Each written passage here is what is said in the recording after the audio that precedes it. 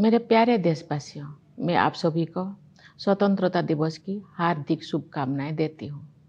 सभी देशवासी 78वें स्वतंत्रता दिवस का उत्सव मनाने की तैयारी कर रहे हैं। ये देखकर मुझे बहुत खुशी हो रही है।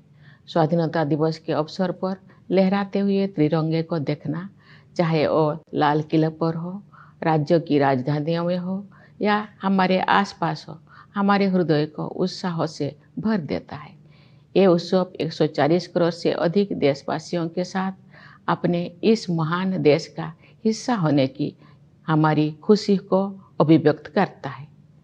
जिस तरह हम अपने परिवार के साथ विभिन्न त्यौहार मनाते हैं, उसी तरह हम अपने स्वतंत्रता दिवस और गणतंत्र दिवस को भी अपने उस परिवार के साथ मनाते हैं जिसके सदस्य हमारे सभी देशवासी हैं।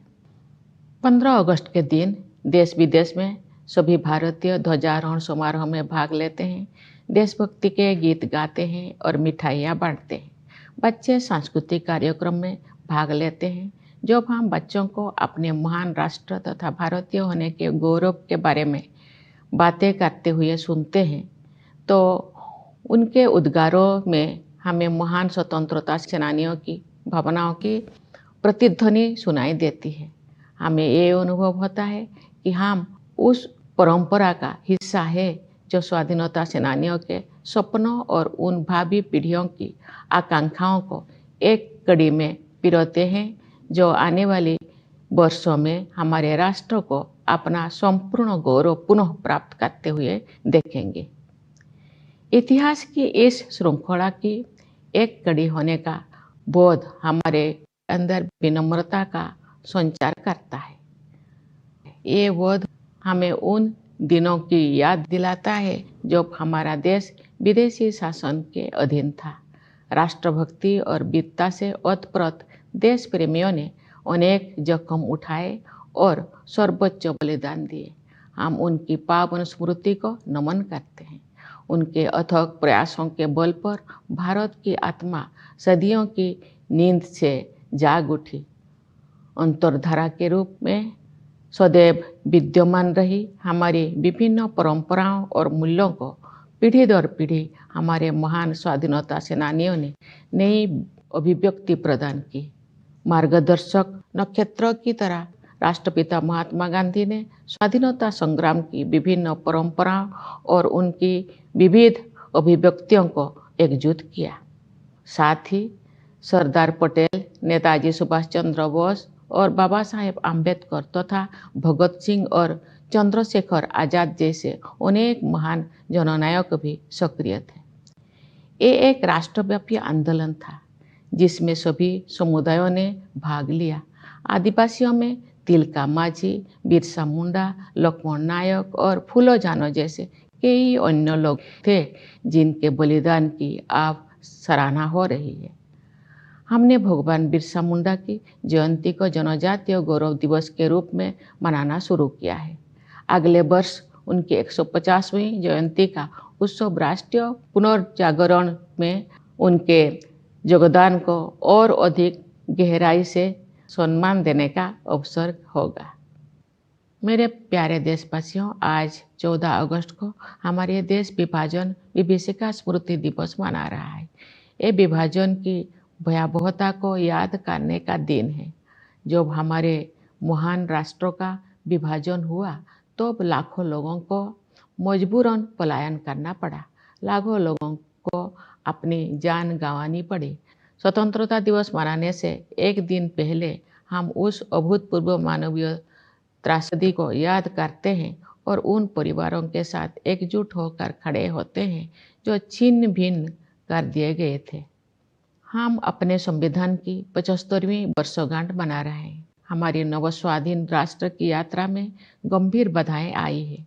न्याय, समानता, स्वतंत्रता और बंधुता के संवैधानिक आदर्शों पर दृढ़ रहते हुए हम इस अभियान के साथ आगे बढ़ रहे हैं कि भारत विश्व पटल पर अपना गौरवशाली स्थान पुनः प्राप्त करे। इस वर्ष हमारे देश में आम चुनाव हुए। कुल मतदाताओं की संख्या लगभग 97 करोड़ थी, जो एक ऐतिहासिक कीर्तिमान है। मानव समुदाय इतिहास की सबसे बड़ी चुनाव प्रक्रिया का साक्षी बने। इस तरह के विशाल आयोजन के सुचारू और त्रुटि रहित संचालन के लिए भारत का निर्वाचन आयोग बधाई के योग्य है। मैं उन सभी कर्मचारियों और सुरक्षा कर्मियों का आभार व्यक्त करती हूँ जिन्होंने भीषण गर्मी का सामना करते हुए मतदाताओं की मदद की। इतनी बड़ी संख्या में लोगों द्वारा मताधिकार का प्रयोग करना वस्तुतः लोकतंत्र की विचारधारा का प्रबल समर्थन है। भारत द्वारा सफलतापूर्वक चुनाव आयोजित करने से पूरे विश्व में लोकतांत्रिक शक्तियों को ताकत मिलती है। मेरे प्यारे देशवासियों, वर्ष 2021 से वर्ष 2024 के बीच 8% की औसत वार्षिक वृद्धि दर हासिल करके भारत सबसे तेज गति से बढ़ने वाली बड़ी अर्थव्यवस्थाओं में शामिल है। इससे न केवल देशवासियों के हाथों में अधिक पैसा आया है, बल्कि गरीबी रेखा से नीचे रहने वाले लोगों की संख्या में भी भारी कमी आई है। जो लोग अभी भी गरीबी से पीड़ित हैं, उनकी सहायता करने के साथ साथ उन्हें गरीबी से बाहर निकालने के लिए भी सभी प्रयास किए जा रहे हैं। उदाहरण के लिए कोविड-19 के शुरुआती चरण में आरंभ की गई पीएम गरीब कल्याण अन्न योजना के तहत लगभग 80 करोड़ लोगों को मुफ्त राशन दिया जा रहा है, जो ये भी सुनिश्चित करते हैं कि जो लोग हाल ही में गरीबी से बाहर आए हैं, उन्हें पुनः गरीबी में जाने से रोका जा सके। ये हम सभी के लिए गर्व की बात है कि भारत दुनिया की 5वीं सबसे बड़ी अर्थव्यवस्था बन गए हैं और हम शीघ्र ही विश्व की 3 शीर्षस्थ अर्थव्यवस्थाओं में स्थान प्राप्त करने के लिए तैयार है। ये सफलता किसानों और श्रमिकों की अथक मेहनत, नीति निर्माताओं और उद्यमियों की दूरगामी सोच तथा देश के दूरदर्शी नेतृत्व के बल पर ही संभव हो सकी है। हमारे अन्नदाता किसानों ने उम्मीदों से बेहतर कृषि उत्पादन सुनिश्चित किया है। ऐसा करके उन्होंने भारत को कृषि क्षेत्रों में आत्मनिर्भर बनाने और हमारे देशवासियों को भोजन उपलब्ध कराने में अमूल्य योगदान दिया है। हाल के वर्षों में इंफ्रास्ट्रक्चर को काफ़ी बढ़ावा मिला है। सुविचारित योजनाओं एवं प्रभावी कार्यान्वयन ने सड़कों और राजमार्गों, रेलवे और बंदरगाहों का जाल बिछाने में मदद की है। भावी प्रौद्योगिकी की अद्भुत क्षमता को ध्यान में रखते हुए सरकार ने सेमीकंडक्टर और आर्टिफिशियल इंटेलिजेंस जैसे कई क्षेत्रों को बढ़ावा देने पर विशेष बल दिया है। साथ ही स्टार्टअप्स के लिए एक आदर्श इकोसिस्टम भी बनाया है, जिससे उनके विकास को गति मिलेगी। इससे निवेशकों में भारत के प्रति आकर्षण और अधिक बढ़ गया है। बढ़ती हुई पारदर्शिता के साथ बैंकिंग और वित्तीय क्षेत्रों की कार्यकुशलता में वृद्धि हुई है। इन सभी बदलावों में अगले दौर के आर्थिक सुधारों और आर्थिक विकास के लिए मंच तैयार कर दिया है, जहां से भारत विकसित देशों की श्रेणी में शामिल हो जाएगा। तेज गति से हो रही न्यायपरक प्रगति के बल पर वैश्विक परिदृश्यों में भारत का कद ऊंचा हुआ है। G20 की अपनी अध्यक्षता के सफलतापूर्वक संपन्न होने के बाद भारत में ग्लोबल साउथ को मुखर अभिव्यक्ति देने वाले देश के रूप में अपनी भूमिका को मजबूत बनाया है। भारत अपनी प्रभावशाली स्थिति का उपयोग विश्व शांति और समृद्धि के विस्तार हेतु करना चाहता है। मेरे प्यारे देशवासियों, हमें संविधान निर्माता डॉक्टर B.R. अम्बेडकर के शब्दों को भी सदैव याद रखना चाहिए। उन्होंने ठीक ही कहा था और मैं उन्हें उद्धृत करती हूँ। हमें अपने राजनीतिक लोकतंत्र को सामाजिक लोकतंत्र भी बनाना चाहिए। राजनीतिक लोकतंत्र तब तक नहीं टिक सकता जब तक कि उसके आधार में सामाजिक लोकतंत्र ना हो। राजनीतिक लोकतंत्र की निरंतर प्रगति से सामाजिक लोकतंत्र को मजबूत करने की दिशा में की गई प्रगति की पुष्टि होती है। समावेशी भावना हमारे सामाजिक जीवन के हर पहलू में दिखाई देती है। अपनी विविधताओं और बहुलताओं के साथ हम एक राष्ट्र के रूप में एकजुट होकर एक साथ आगे बढ़ रहे हैं। समावेश के साधन के रूप में अफर्मेटिव एक्शन को मजबूत किया जाना चाहिए। मैं दृढ़ता के साथ ये मानती हूँ कि भारत जैसे विशाल देश में कथित सामाजिक स्तरों के आधार पर कलहों को बढ़ावा देने वाले प्रवृत्तियों को खारिज करना होगा। सामाजिक न्याय सरकार की सर्वोच्च प्राथमिकता है। सरकार ने अनुसूचित जातियों, अनुसूचित जनजातियों और समाज के अन्य हाशियों के वर्गों के कल्याण के लिए अनेक अभूतपूर्व कदम उठाए हैं।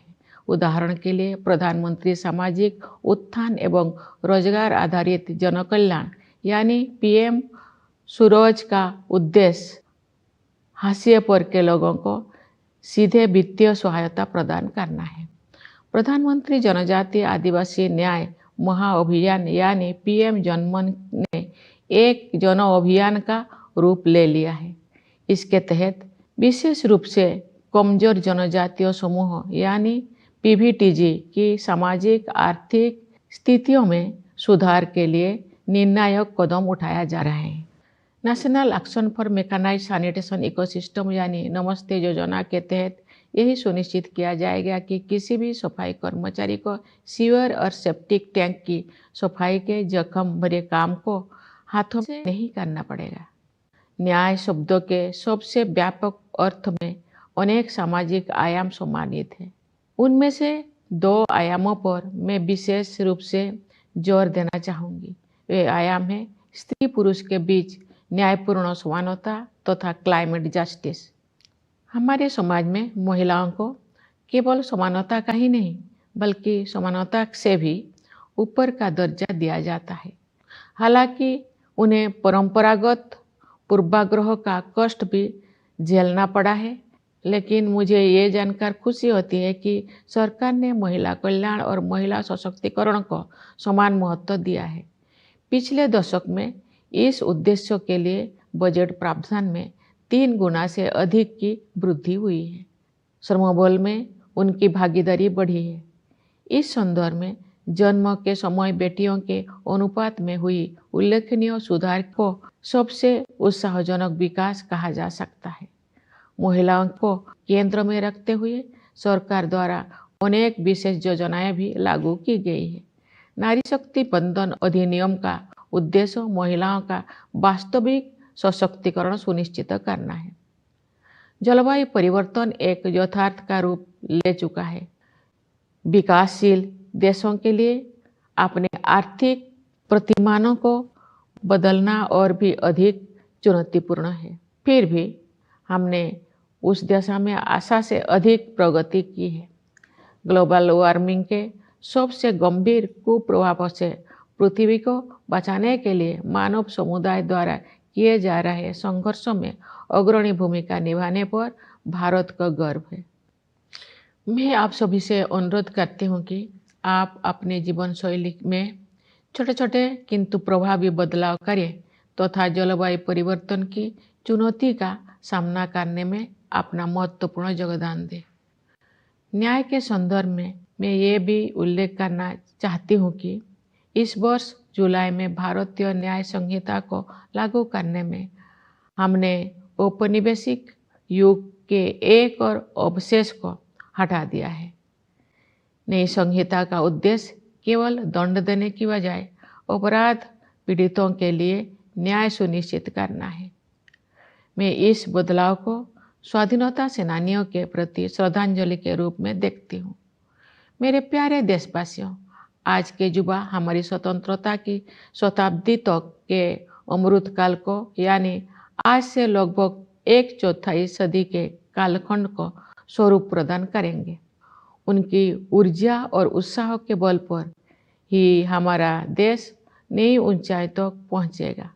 युवाओं के मनोमस्तिष्क को विकसित करना तथा परंपरा एवं समकालीन ज्ञान के सर्वश्रेष्ठ आयामों को ग्रहण करने वाले नई मानसिकता का निर्माण करना हमारी प्राथमिकता है। इस संदर्भ में वर्ष 2020 से लागू की गई राष्ट्रीय शिक्षा नीति के परिणाम सामने आ रहे हैं। युवा प्रतिभा का समुचित उपयोग करने के लिए सरकार ने कौशल रोजगार तथा अन्य अवसरों को सुलभ बनाने के लिए पहल की है। रोजगार और कौशल के लिए प्रधानमंत्री की 5 योजनाओं के माध्यम से 5 वर्षों में 4 करोड़ 10 लाख युवाओं को लाभ मिलेगा। सरकार की एक नई पहल से 5 वर्षों में 1 करोड़ युवा अग्रणी कंपनियों में इंटर्नशिप करेंगे। ये सभी कदम विकसित भारत के निर्माण में आधारभूत योगदान देंगे। भारत में हम विज्ञान और प्रौद्योगिकी को ज्ञान की खोज के साथ साथ मानवीयतापूर्ण प्रगति के साधन के रूप में देखते हैं। उदाहरण के लिए डिजिटल एप्लीकेशन के क्षेत्र में हमारी उपलब्धियों का उपयोग अन्य देशों में टेम्पलेट के रूप में किया जा रहा है। हाल के वर्षों में भारत ने अंतरिक्ष अनुसंधान के क्षेत्र में अभूतपूर्व प्रगति की है। आप सभी के साथ में भी अगले साल होने वाले गगनयान मिशन के शुभारंभ की उत्सुकता से प्रतीक्षा कर रही हूँ। इस मिशन के तहत भारत के पहले मानव अंतरिक्ष यान में भारतीय अंतरिक्ष टीम को अंतरिक्ष में ले जाया जाएगा। खेल के जगत भी एक ऐसा क्षेत्र है जिसमें हमारे देश ने पिछले दशक में बहुत प्रगति की है। सरकार ने खेल के बुनियादी ढांचे के विकास को समुचित प्राथमिकता दी है और इसके परिणाम सामने आ रहे हैं। हाल ही में संपन्न पेरिस ओलंपिक खेलों में भारतीय दल ने अपना उत्कृष्ट प्रयास किया। मैं खिलाड़ियों की निष्ठा और परिश्रम की सराहना करती हूँ। उन्होंने युवाओं में प्रेरणा का संचार किया है। क्रिकेट में भारत ने T20 विश्व कप जीता, जिससे बड़ी संख्या में क्रिकेट प्रेमी आनंदित हुए। शतरंज में विलक्षण प्रतिभा वाले युवा खिलाड़ियों ने देश को गौरवान्वित किया है। इसे शतरंज में भारतीय युग का आरंभ माना जा रहा है। बैडमिंटन, टेनिस और अन्य खेलों में हमारे युवा खिलाड़ी विश्व मंच पर अपनी पहचान बना रहे हैं। उनकी उपलब्धियों ने अगले पीढ़ी को भी प्रेरित किया है। मेरे प्यारे देशवासियों, पूरा देश स्वतंत्रता दिवस मनाने के लिए तत्पर है। इस उल्लासपूर्ण अवसर पर मैं आप सबको एक बार फिर बधाई देती हूँ।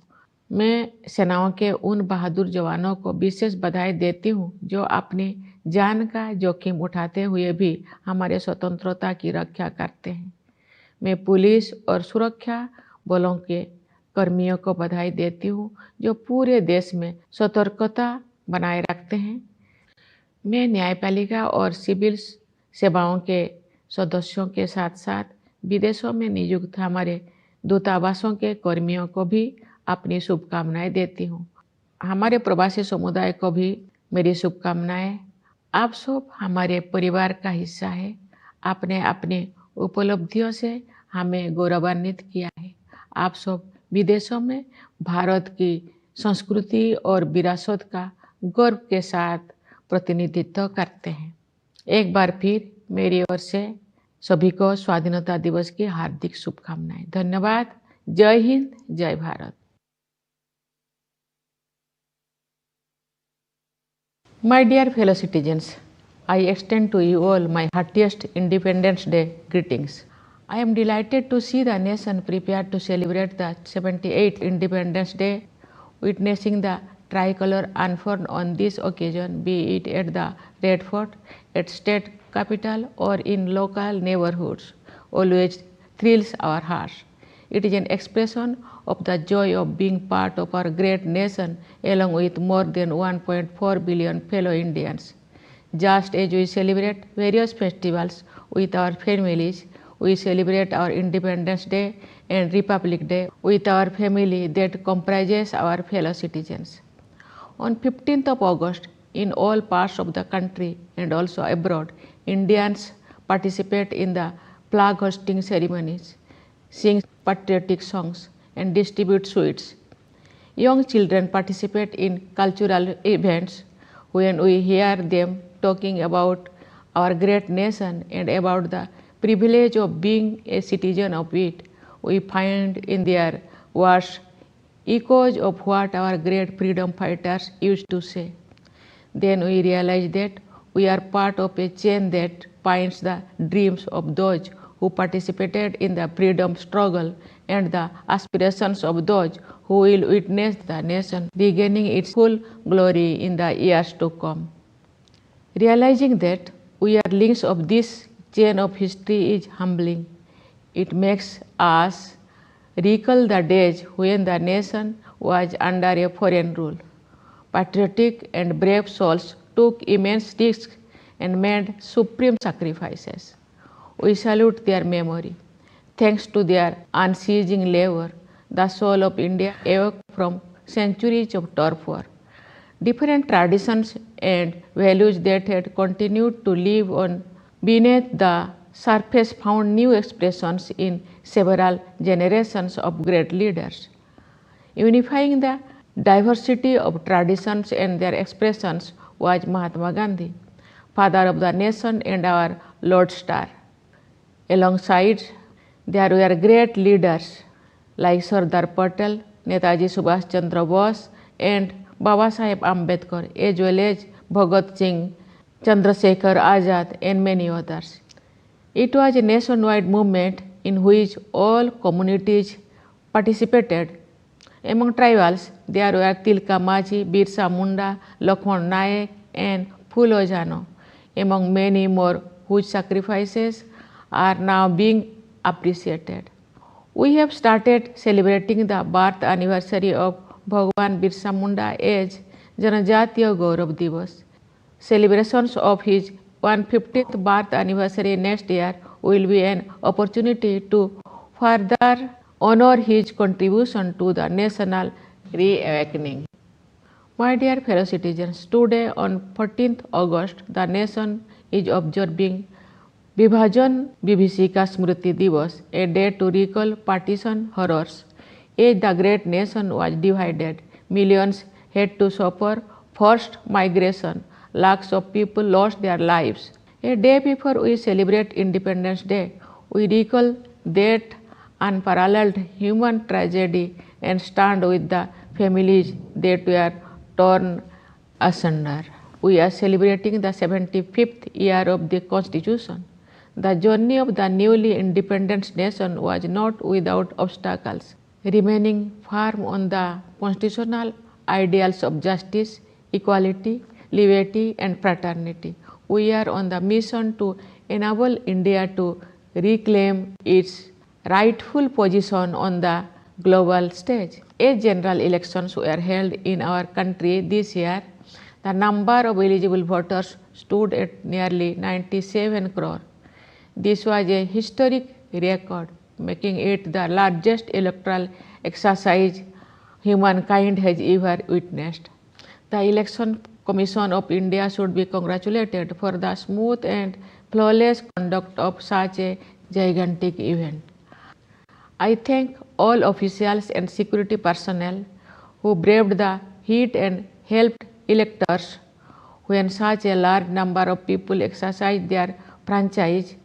It is a resounding vote for the idea of democracy. India's successful conduct of elections strengthens democratic forces around the world.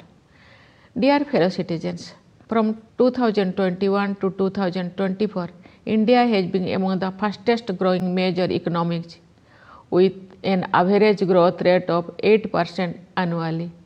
This has not only put more money in the hands of people, it has also drastically reduced the number of people living below the poverty line. As for those who continue to suffer from poverty, all efforts are being made not only to provide a helping hand to them, but also to bring them out of it. For example, the PM Garib Kalyan Anna Yojana, launched in the initial phase of COVID-19, continues to provide free ration to about 80 crore people, which also ensures that those who have recently come out of poverty are not forced back into it. It is a matter of pride for all that India has become the 5th largest economy in the world, and we are also poised to become one of the top 3 economies soon. This has been made possible only by tireless hard work of farmers and workers, by the farsightedness of planners and wealth creators, and by the visionary leadership. Farmers, our Annadata, have ensured that agricultural production continues to beat expectations. With this, they have contributed immensely to making India self-reliant in agriculture and feed our people. Infrastructure has received a boost in recent years. Strategic planning and effective institutions have helped expand the network of roads and highways, railways, as well as ports. Considering the great potential of futuristic technology, the government has vigorously promoted a range of sectors such as semiconductors and artificial intelligence, while also creating an ideal ecosystem for startups which will propel their growth. It has made India an even more attractive investment destination. With greater transparency, the banking and financial sector has become much more efficient. All of these factors have set the stage for the next generation of economic reforms and economic growth that will catapult India among the developed nations. This rapid but equitable progress has given India a higher stature in global affairs. After the successful completion of its G20 presidency, India has consolidated its role as the voice of the global south. India intends to use its influential position to expand the scope of world peace and prosperity. My dear fellow citizens, we must remember the words of Dr. B.R. Ambedkar, the architect of our Constitution. He had rightly said, and I quote, "We must make our political democracy a social democracy as well. Political democracy cannot last unless there lies at the base of it social democracy." Unquote. The steady progress of political democracy testifies to the progress made towards the consolidation of social democracy. The spirit of inclusion pervades every aspect of our social life. We move together as a cohesive nation with our diversity and plurality. Affirmative action must be strengthened as an instrument of inclusion. I firmly believe that in a vast country like ours, tendencies that stoke discord based upon perceived social hierarchy have to be rejected. Social justice is a top priority of the government, and it has taken a number of unprecedented initiatives for the welfare of the scheduled caste, scheduled tribes, and other marginalized sections of society. प्रधानमंत्री सामाजिक उत्थान एवं रोजगार आधारित जनकल्याण, that is PM Suraj, for example, aims to provide direct financial assistance to the people from the marginalized communities. The Pradhan Mantri जनजातीय आदिवासी न्याय महाअभियान or PM Janman has taken the form of a mass campaign for critical intervention to improve socio-economic conditions of particularly vulnerable tribal groups, that is PVTGs. The National Action for Mechanized Sanitation Ecosystem or the Namaste scheme will ensure that no sanitation workers will have to manually engage in the hazardous task of sewer and septic tank cleaning. The term justice taken in the broadest possible sense includes a variety of social factors. I would like to stress two of them in particular, namely gender justice and climate justice. In our society, women are considered not only equal but even more than equal. However, they have also suffered from traditional prejudices, but I am glad to note that the government has given equal importance to women's welfare and women's empowerment.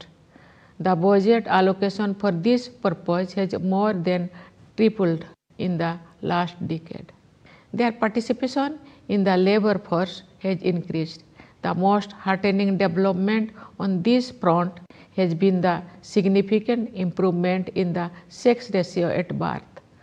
A variety of special government schemes have also been designed keeping the women at the center. Nari Shakti Bandhan Adhiniyam is aimed at ensuring real empowerment of women. Climate change has become a reality. It is all the more challenging for developing nations to change their economic paradigm. Yet we have already made more progress in that direction than expected. India is proud to be at the forefront of humankind's battle to save the planet from the worst effects of global warming. I also urge you all to make small but effective changes in your lifestyle and contribute to the cause of dealing with the challenge of climate change. Speaking of justice, let me also mention here that in adopting the Bharatiya Nyaya Sanhita from July this year, we have removed one more relic of the colonial era. The new code is oriented towards ensuring justice for the victims of crime instead of focusing on punishment alone. I see this change as a tribute to the freedom fighters. My dear fellow citizens, the Amrit Kal, the ongoing period of a quarter century leading to the centenary of our independence, is going to be shaped by the youth of today.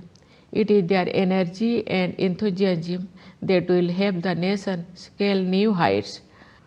Cultivating the young minds and creating a new mindset that takes the best of the traditions and the contemporary knowledge is our priority. To this end, the National Education Policy launched since 2020 has already started showing results. To harness their talent, the government has come up with initiatives to facilitate skilling, employment and other opportunities for them. The Prime Minister's package of 5 schemes for employment and skilling with benefit 4.1 crore youth over 5 years. Under a new initiative of the government, 1 crore youth will be doing internship in leading companies over 5 years.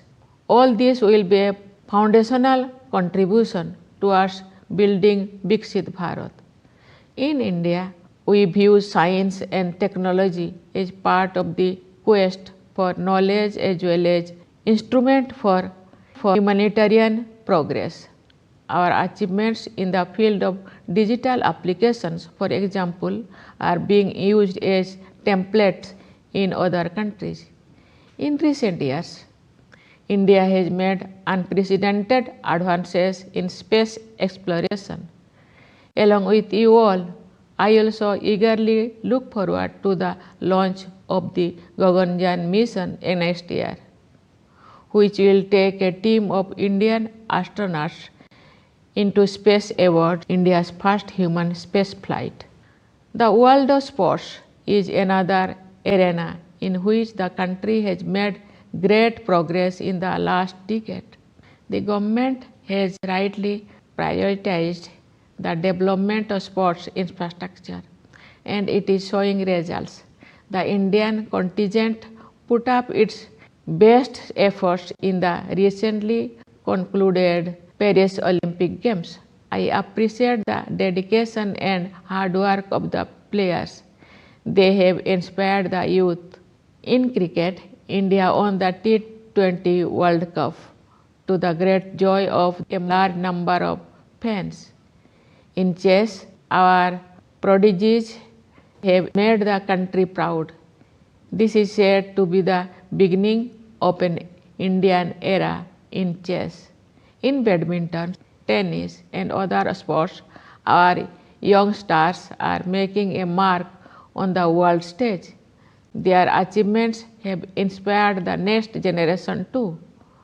My dear fellow citizens, with the nation all set to celebrate Independence Day, let me once again extend my greetings to you, particularly our brave jawans of armed forces who guard our freedom, risking their lives.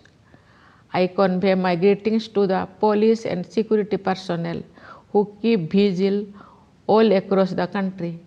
I also extend my greetings to the members of the judiciary and the civil services, as well as the officials of our missions abroad.